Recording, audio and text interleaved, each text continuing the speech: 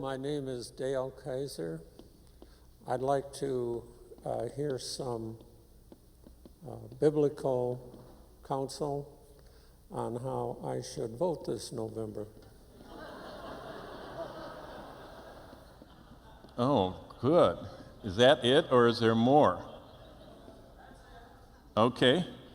Well, the key to that is, number one, that you should vote. And where'd you go there, Dale?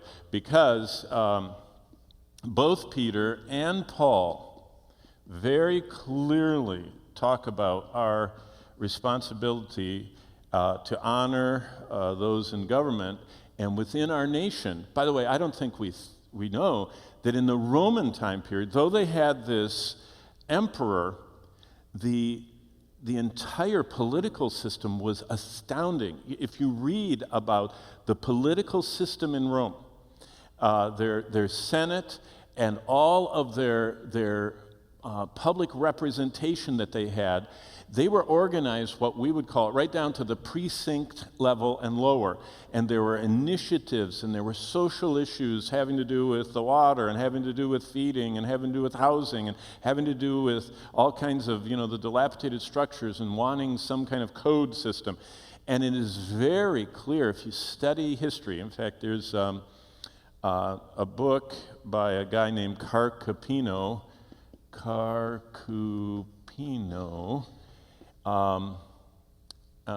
He's from either Yale or Harvard, but it's called Daily Life in Ancient Rome. Not a Christian by any means, this guy, just a scholar.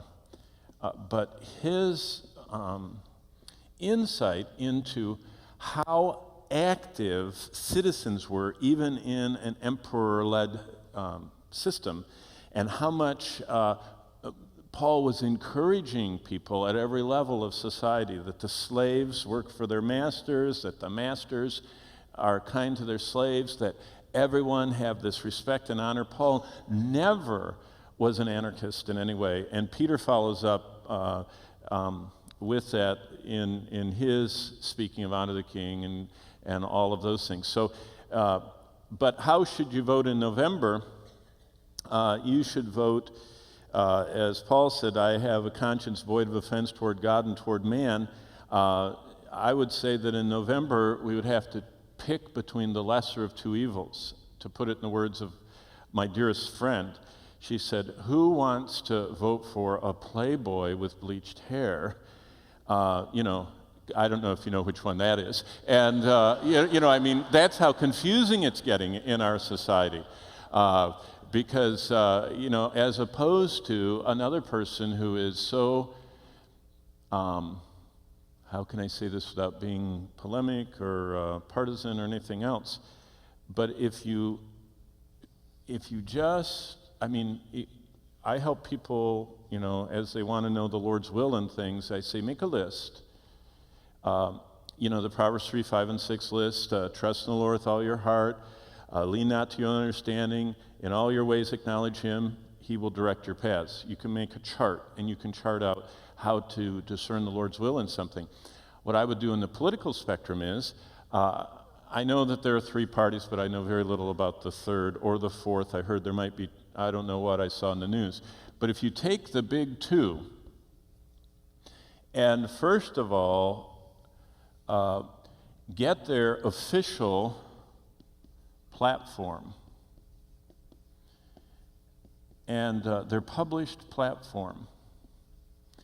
It's interesting that you can actually see biblical, scriptural, moral issues, and you have to weigh which one least is a platform of iniquity and of sin.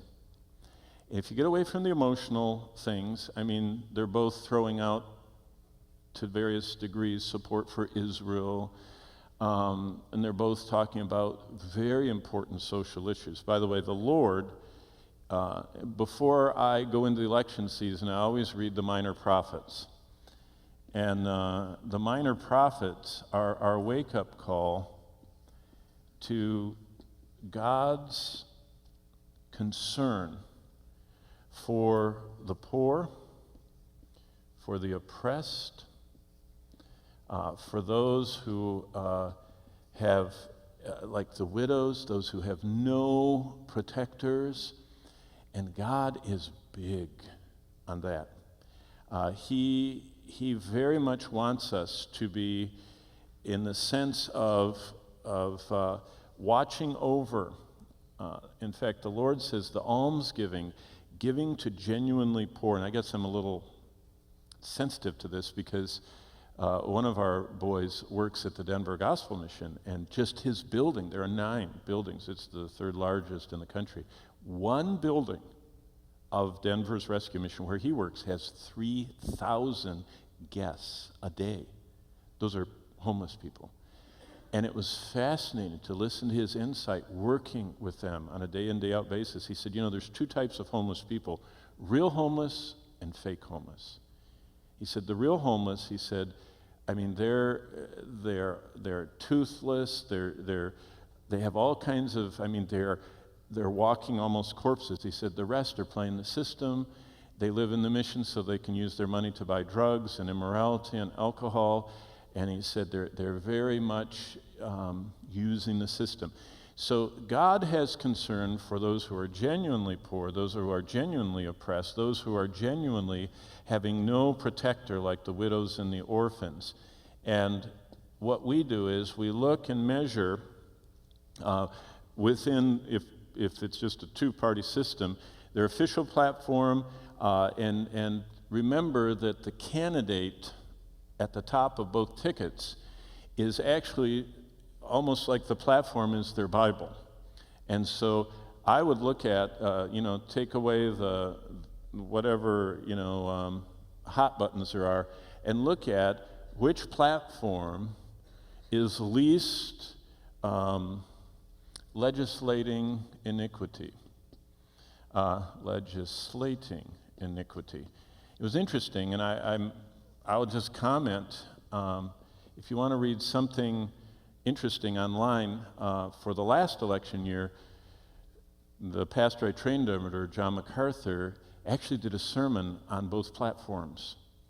And he said that this platform was actually the platform of iniquity. He said this one is just the temporary political platform, but he said this one, point by point by point, was going against God in every way that they could in a platform, which was very interesting. I think that we've had a little slosh over here with a lot of the iniquity things, especially with the LGBTQ elements. So I would say that just, Dale, if you want to know what to do, I would read Romans 13, talking about your attitude about elected officials, and read 1 Peter 2, the same. And then from that, do your study of the platforms. And then I always get one of those nice sheets that talks about who votes what way, and you ask the Lord how you can best invest your little vote. But know that we're not going to change society. We're going to see individuals transformed. And partisanship is not usually helpful for evangelism. So be a quiet voter and a quiet, we're supposed to be salt and light, not blowtorches and bombs. You know what I mean? It's just, there's a very, light has a long-term effect and salt has a long-term effect, but they're not aggressive. Salt does its work slowly but surely. So, did I say enough, Dale?